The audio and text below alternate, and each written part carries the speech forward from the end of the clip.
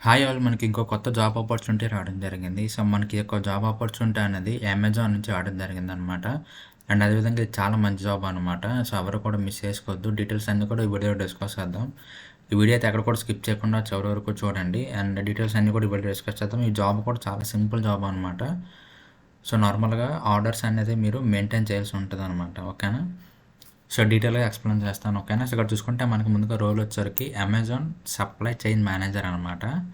So, ఈ words చూసి మీరు కన్‌ఫ్యూజ్ అయిపోయి భయపడిపోవద్దు. నేను క్లారిటీగా ఎక్స్‌ప్లెయిన్ చేస్తాను రోల్ ఏంటి అనేది. అప్పుడు మీకు ఇంట్రెస్ట్ ఉండి మీరు ఎలిజిబుల్ అనుకుంటే మీరు అప్పుడు అప్లై చేసుకోవచ్చు. ఓకేనా?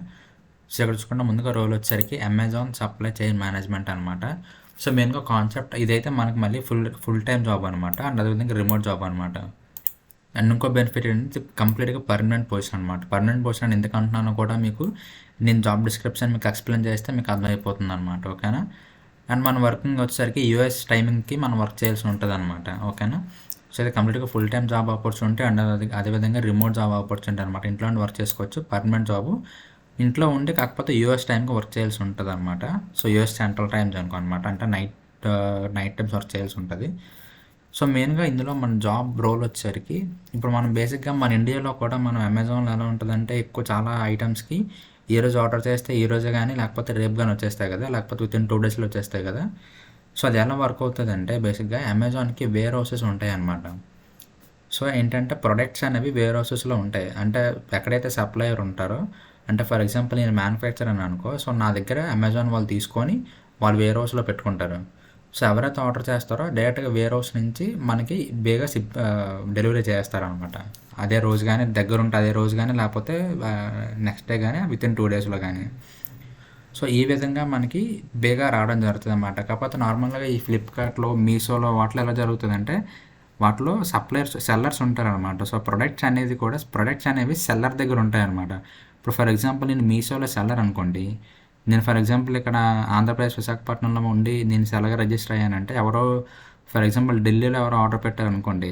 ఫస్టు నా దగ్గరికి నాకు ఆర్డర్ వస్తది. ఆర్డర్ రాగానే నేను ప్యాక్ చేసి ఉంచుతాను. ఒక 2, 3 రోజుల తర్వాత డెలివరీ బాయ్ మా ప్లేస్‌కొచ్చి పికప్ చేసుకొని అప్పుడు పంపిస్తారనమాట. అప్పుడు ఇది మళ్ళీ షిప్పింగ్‌లోకి అంతా వెళ్ళి లాస్ట్‌లో ఇంకో 5, 6 డేస్ తర్వాత అప్పుడు ఢిల్లీ వెళ్తదనమాట. సో, ఓవరాల్‌గా 7, 8 డేస్ పట్టేస్తదనమాట. సో, ఇది నార్మల్‌గా జరిగే ప్రాసెస్ అనమాట. అమెజాన్ తప్ప మిగతా అన్నిట్లో. కాకపోతే అమెజాన్‌లో ఎలాగవుతదంటే వేర్ హౌసెస్ ఉంటాయనమాట.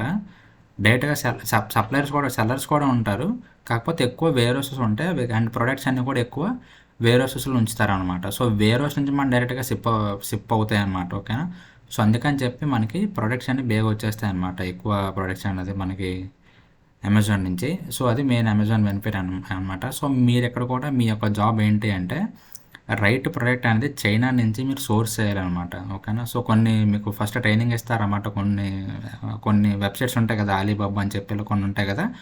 సో, వాళ్ళ దగ్గర నుంచి మీరేంటంటే రైట్ ప్రొడక్ట్ సోర్స్ చేసి వాళ్ళతో నెగోషియేట్ చేయాలనమాట. సో, ఏదైనా ప్రైస్‌లో గానీ, షిప్పింగ్ కాస్ట్‌లో గానీ మీరు నెగోషియేట్ చేసి ఆ ప్రొడక్ట్ అనేది మీరు అమెజాన్ వేర్ హౌస్‌కి వెళ్ళేలాగా షిప్ చేయాల్సి ఉంటదనమాట. ఓకేనా?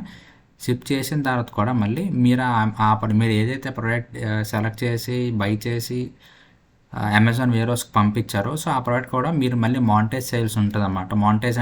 మానిటర్ చేయాల్సి ఉంటదనమాట. మానిటర్ అంటే ఆ ప్రోడక్ట్ ఇంకా ఎంత స్టాక్ ఉంది, స్టాక్ అయిపోగానే మళ్ళీ రీఆర్డర్ పెట్టడం గానీ, లేకపోతే ఫ్యూచర్‌లో ఏదైనా సేల్స్ ఉన్నాయనుకోండి, లేకపోతే ఒకవేళ అమెజాన్ ఏదైనా సేల్స్ అనౌన్స్ చేసినా, ఏమైనా ఫెస్టివల్స్ ఉన్నా మీరవి ముందుగా ప్రెడిక్ట్ చేయాల్సి ఉంటదనమాట. ఎందుకంటే ఔట్ ఆఫ్ స్టాక్ ఎళ్ళకుండా స్టాక్ మెయింటైన్ చేయడానికి మీరు ముందుగా ఏదన్నా పలానా రోజు గానీ, పలానా వీక్‌లో గానీ ఎక్కువ ఈ ఐటెమ్ ఆర్డర్స్ ఎళ్తాయనుకుంటే అది మీరు ముందుగానే ఎక్కువ క్వాంటిటీ ఆర్డర్ పెట్టుకొని అమెజాన్ వేర్ హౌస్‌కి సెండ్ చేయాల్సి ఉంటదనమాట.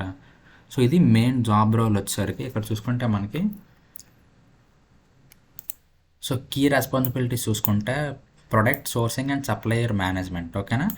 సో, ఇక్కడ ప్రొడక్ట్ సోర్సింగ్ అంటే మనం రైట్ ప్రొడక్ట్ సెలెక్ట్ చేయాలన్నమాట. సెలెక్ట్ చేసి అలీబాబా వాళ్ళతో లేదంటే కొన్ని సెల్లర్స్ ఉంటారన్నమాట చైనాలో మ్యానుఫ్యాక్చరింగ్ సెల్లర్స్. సో, వాళ్ళతో మీరు నెగోషియేట్ చేయాల్సి ఉంటదన్నమాట ఆ ప్రొడక్ట్. నెగోషియేట్ చేసి మొత్తం ఒక ఫైనల్ ప్రైస్‌కి వచ్చిన తర్వాత మీరు మొత్తం మాట్లాడాలన్నమాట.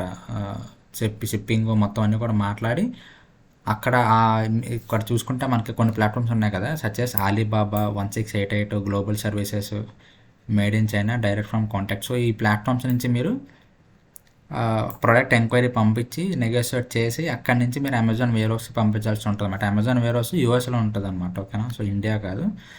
సో మీరు మొత్తం ఇక్కడ ఇండియాలో ఉండి మీరు యూఎస్ అమెజాన్కి వర్క్ చేస్తారన్నమాట. అంటే అమెజాన్.కామ్కి మీరు వర్క్ చేస్తారనమాట, అమెజాన్.ఇన్ కాదు. కాకపోతే మీరు ఇంట్లో ఉండి వర్క్ ఫ్రమ్ హోమ్ చేయొచ్చు అనమాట.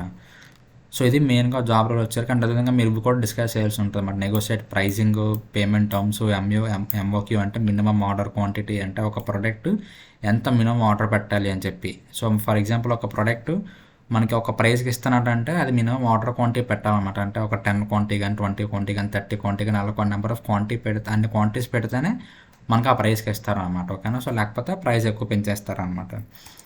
సో ఈ విధంగా ఉంటుంది అనమాట.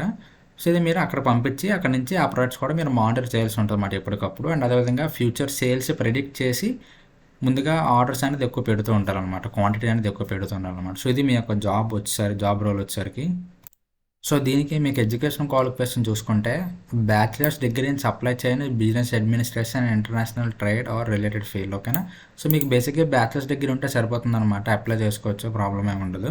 అండ్ అదేవిధంగా మీకు వీటి మీద కొంచెం బేసిక్ ఐడియా ఉండాలన్నమాట, ఈ అమెజాన్ సెల్లింగ్ ఎలా జరుగుతుంది. ఇప్పుడు నేను చెప్పిన పాయింట్స్ అన్నీ కూడా మీకు తెలిసినా సరిపోతుంది అనమాట.